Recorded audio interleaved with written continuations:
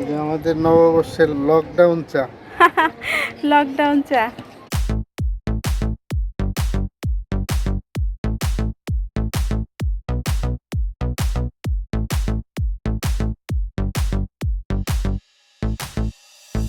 বৈশাখের বিকেল বেলা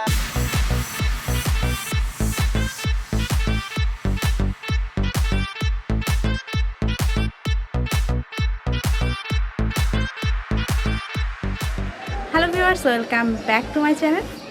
আজকে হচ্ছে 14 এপ্রিল, আমাদের বাংলা নববর্ষ। তাই সবাইকে নববর্ষে অনেক অনেক অনেক শুভেচ্ছা জানাচ্ছি। যদিও আমরা এখন লকডাউনে আছি, তাই নববর্ষের জন্য কোথাও ঘুরতে যেতে পারছি না, কিন্তু তাই বলে যে আমরা নববর্ষের আনন্দটুকু করব না এমনটা না। আমরা লকডাউনে থেকেই যতটুকু সম্ভব পহেলা বৈশাখের আনন্দ উপভোগ করব। তো যাই হোক, আজকে সকালে ঘুম থেকে উঠেই প্রথমে আমি স্নান করে নিয়েছি। স্নান করে দেন পুজো দিয়েছি। পুজো দিয়ে ঠাকুরের কাছে প্রার্থনা করেছি আমি, আমার ফ্যামিলি এবং সারা বিশ্বের সবাই এখন যেই সমস্যাটার মধ্যে আমরা আছি, করোনা ভাইরাস, এই ভাইরাসটা থেকে যেন সবাই আমরা রক্ষা পেতে পারি, এজন্য আমি ঈশ্বরের কাছে প্রার্থনা করেছি।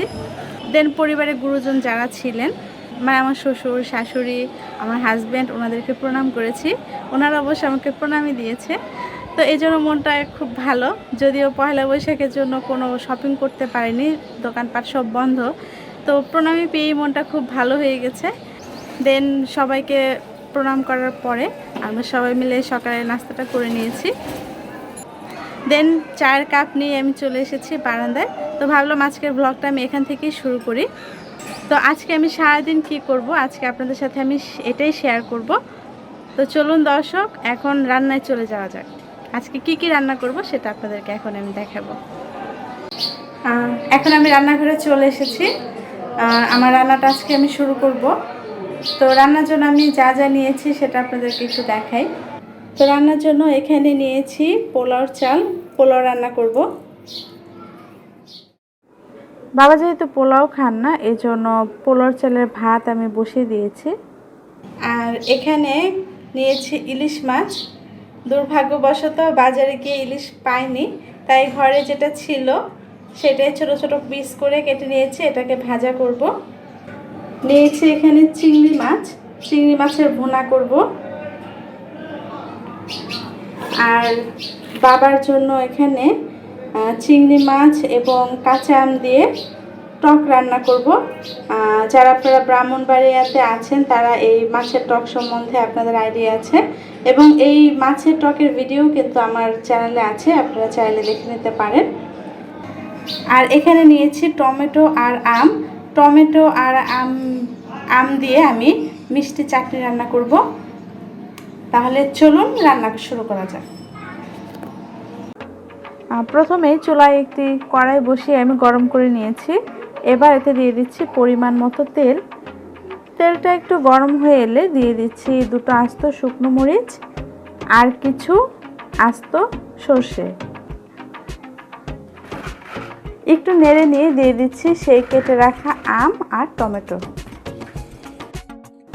দিচ্ছি সামান্য লবণ। একটু নেড়ে নিয়ে ঢাকনা দিয়ে ঢেকে দিচ্ছি সেদ্ধ হওয়া পর্যন্ত।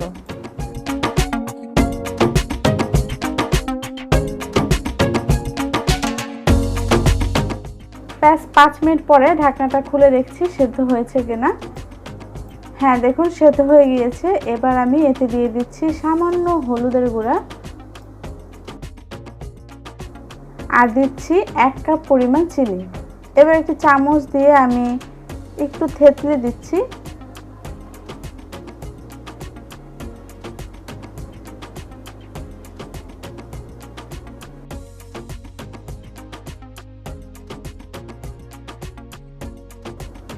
এবার দিচ্ছি 1 কাপ পরিমাণ পানি। এবার আবারও ঢাকনা দিয়ে ঢেকে দিচ্ছি। 5 মিনিট পরে আবার ফিরে আসি। 5 মিনিট পরে আমি ঢাকনাটা তুলে নিলাম। দেখুন পানি কিন্তু মোটামুটি শুকিয়ে এসেছে এবং চাটনিটাও এমন একটু ঘন হয়ে এসেছে। এবার আমি নামিয়ে সার্ভ করে নেব। আর এদিকে ঝাল টকটাও কিন্তু অলমোস্ট রান্না হয়ে গিয়েছে। আমি এখন নামিয়ে সার্ভ করে নিচ্ছি। আর আমি যে ভাতটা চুলায় বসিয়েছিলাম, পোলাও চালের ভাত, সেই ভাতও রান্না হয়ে গিয়েছে। রান্না করার পরে আমি ভাতটাকে পানি ঝরিয়ে নিয়েছি। এবার চুলায় আরেকটি ফ্রাই প্যান বসিয়ে দিয়ে দিচ্ছি পরিমাণ মতো তেল। তেলটা একটু গরম হয়ে এলে দিয়ে দিচ্ছি চিংড়ি মাছ। চিংড়ি মাছটাকে আমি সামান্য হলুদের গুঁড়ো এবং লবণ দিয়ে মাখিয়ে নিয়েছিলাম।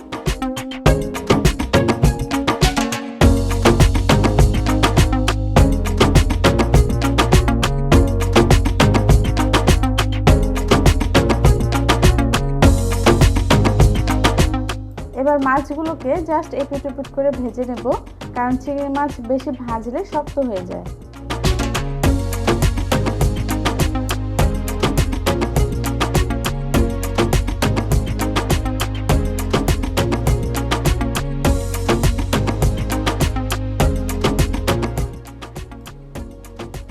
ব্যাস, মাছগুলো ভাজা হয়ে গিয়েছে, এবার আমি নামিয়ে নিচ্ছি।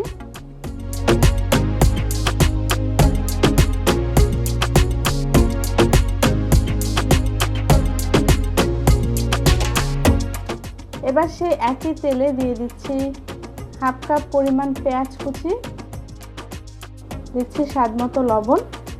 পেঁয়াজগুলোকে আমি হালকা ব্রাউন কালার করে ভেজে নেব।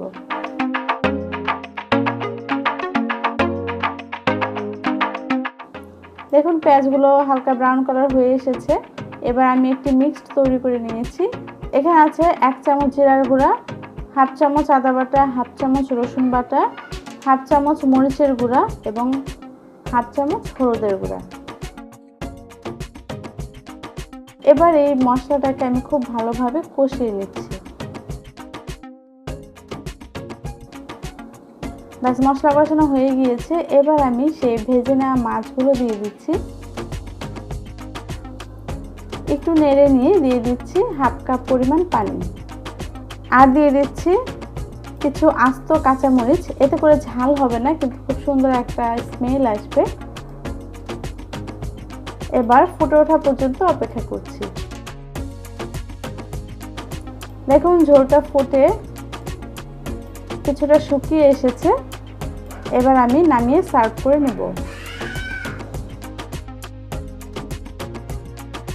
আর এদিকে আমি কিন্তু পোলাওটা অলরেডি বসিয়ে নিয়েছি।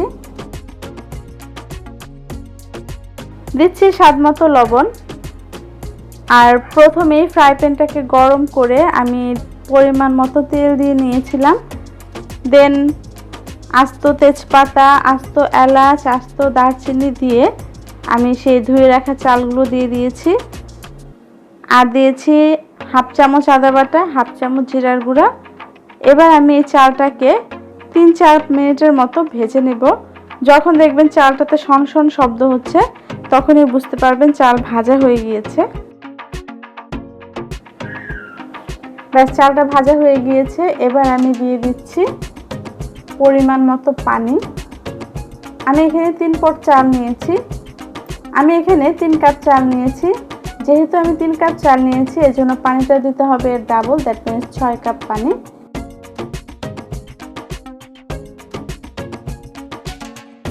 এবার দিয়ে দিচ্ছি কিছু কিশমিশ আর কিছু আস্ত কাঁচামরিচ আর সামান্য চিনি। এতে করে পোলাও স্বাদটা আরেকটু বেড়ে যাবে। এবার পানি ফুটে ওঠা পর্যন্ত অপেক্ষা করছি। দেখুন পানি ফুটে কিন্তু একদম মাখা মাখা টাইপের হয়ে গিয়েছে।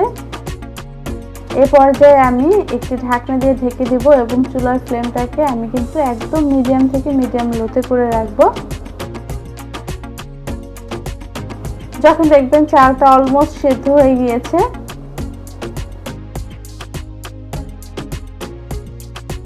তখন আমি একটি ভারী তাওয়া বসিয়ে দেন তার উপর আমি ফ্রাই প্যানটা বসাবো। এতে করে পোলাওটা পুড়ে যাবে না, কিন্তু দীর্ঘ সময় পর্যন্ত পোলাওটা গরম থাকবে। এবার আরেকটি ফ্রাই প্যানে আমি কিছুটা তেল দিয়ে দিচ্ছি। তেলটা একটু গরম হয়ে এলে আমি দিয়ে দিচ্ছি সেই মেখে রাখা মাছগুলোকে আমি সামান্য লবণ, হলুদের গুঁড়া, মরিচের গুঁড়া দিয়ে মাখিয়ে রেখেছিলাম। এতে করে লবণ মরিচ মাছের ভিতরে যায় এবং সেটা খেতেও বেশি টেস্টি লাগে। মাছগুলোকে মিডিয়াম ফ্লেমে রেখে আমি ভেজে নেব। মাছগুলো ভাজা হয়ে গিয়েছে, এবার আমি নামিয়ে সার্ভ করে নিচ্ছি। ব্যাস, আজকের পহেলা বৈশাখের রান্না শেষ। এই হচ্ছে সেই পোলাও। দেখুন পোলাওটা কি ঝরঝরা হয়েছে। তবে আমার চ্যানেলে কিন্তু শাহী পোলাওর একটা রেসিপি আছে, আপনারা চাইলে দেখে নিতে পারেন, আমি লিংক দিয়ে রাখবো। আর এই হচ্ছে পোলাওর চালের সাদা ভাত, ইলিশ মাছ ভাজা, লেবু, কাঁচামরিচ, চিংড়ি মাছের ভুনা, আম দিয়ে চিংড়ি মাছের ঝাল টক, আর এই হচ্ছে টমেটো আমের মিষ্টি চাটনি। তাহলে চলুন এবার লাঞ্চটা সেরে নেওয়া যাক।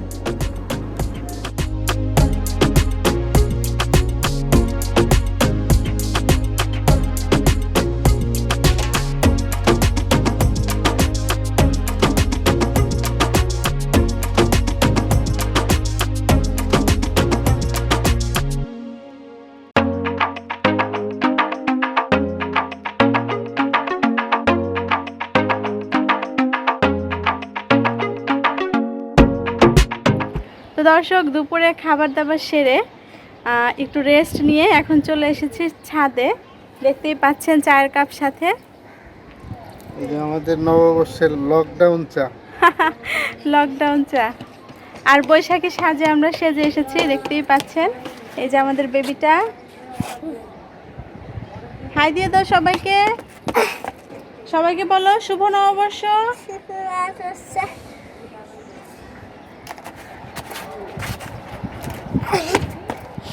বেবি আর বেবির পাপা ছবি তোলা নিয়ে ব্যস্ত।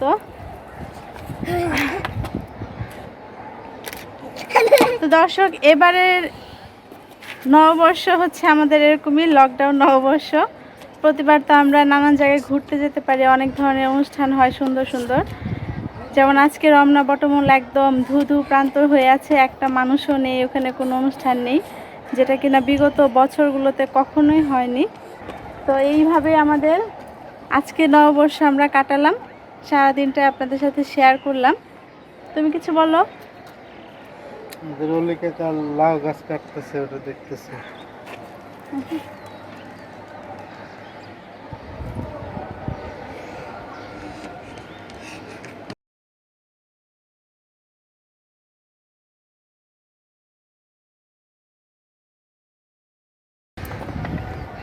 আসলে এখন মানুষের ছাদই হচ্ছে শ্বাস ফেলার মতো জায়গা, কারণ এখন হচ্ছে আমরা ঘরবন্দি, কোথাও যাওয়া যাচ্ছে না।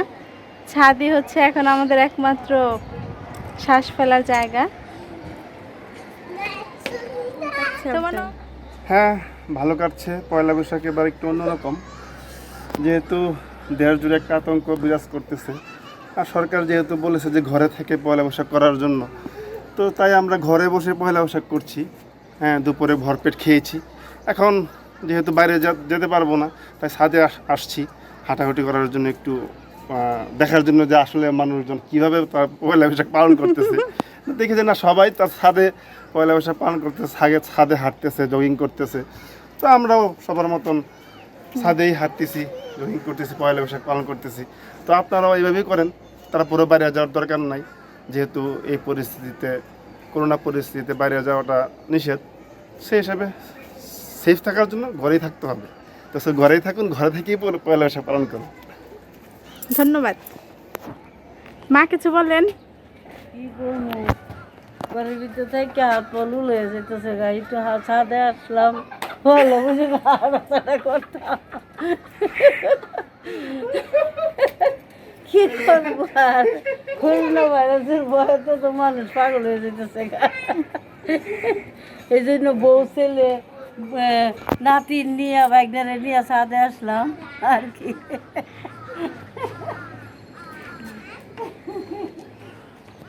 এই যে এই হচ্ছে আমাদের ছাদ, ছাদে অনেক গাছ আছে।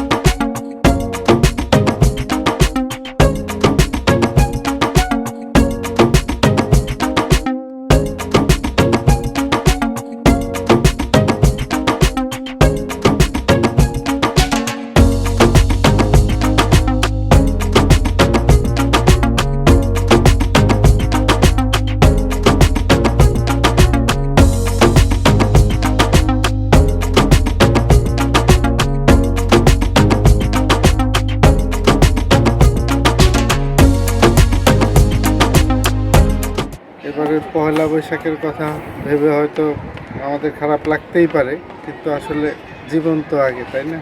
সেটাই। এখন মহামারী পর্যায়ে চলে গেছে করোনা ভাইরাস। আপনারা আজকে যেটা সর্বশেষ খবর ছিল, শুধুমাত্র আজকেই শনাক্ত হয়েছে 209 জন, মারা গিয়েছে 7 জন। তো পরিস্থিতিটা আসলেই ভয়াবহতার দিকে যাচ্ছে। পয়লা বৈশাখ হয়তো আমরা আবার করব, সবসময় তো করেই আসছি, আবার সামনেও হয়তো করব, এই আশা করি আমরা। আর এখন সবাই দেশ তথা বিশ্বের এই ক্লান্তি লগ্নে নিজের জায়গা থেকেই সবাইকে সচেতন হতে হবে, নিজের জায়গা থেকে সবাইকে লড়তে হবে, এবং যেই কথাগুলো সরকার বারবার গলা ছিঁড়ে বলছে এবং প্রশাসন চেষ্টা করছে অনেকভাবে, সেটা আমাদের সবারই মানতে হবে, মানা উচিত। সেটাই। তাহলেই হয়তো আমরা এটার থেকে খুব তাড়াতাড়ি সরে আসতে পারবো। বেবি, এই যে আমাদের সবাইকে bye বাচ্চাটা, বলো। শুভ নববর্ষ বলো, শুভ নববর্ষ।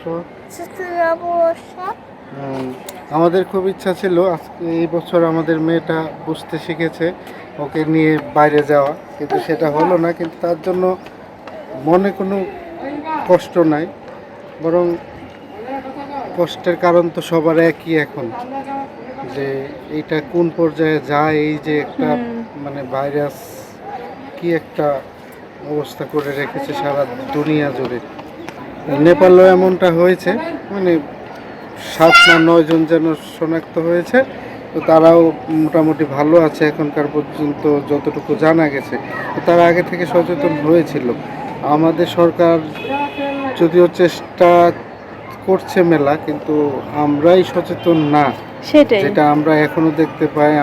আমি তো ব্যক্তিগতভাবে একজন গণমাধ্যম কর্মী, তো আমরা দেখতে পাই যে কী যে কষ্ট হচ্ছে প্রশাসনের এই সময়টা, তাদের যে মানুষকে বোঝানোর জন্য তারা পারলে হাতে পায়ে ধরে তাদেরকে বোঝাচ্ছে, কিন্তু মানুষজন মানে আসলেই বুঝতেছে না।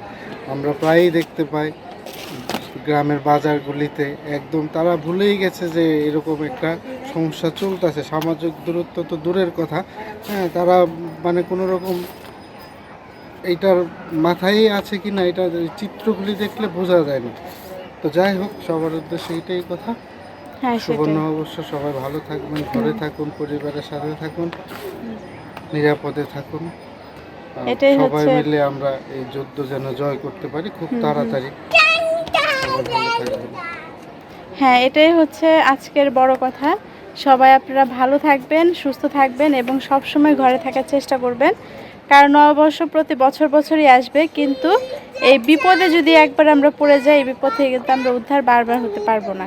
এই জন্য অবশ্যই আপনারা যতটুকু সম্ভব ঘরে থাকবেন এবং বারবার হাত ধোয়ার অভ্যাস করবেন, যেটা আমাদের দেশনেত্রীও বলে, বারবার হাত ধোয়ার অভ্যাস করতে হবে, আমাদের পরিষ্কার পরিচ্ছন্ন থাকতে হবে এবং অবশ্যই ঘরে থাকতে হবে। আমরা যদি বাইরে যাই সেক্ষেত্রে আমাদেরকে মাস্ক ইউজ করতে হবে, এটা হচ্ছে অবশ্যই করতে হবে, এবং যদি সম্ভব হয় বাইরে না যাওয়াটাই ভালো।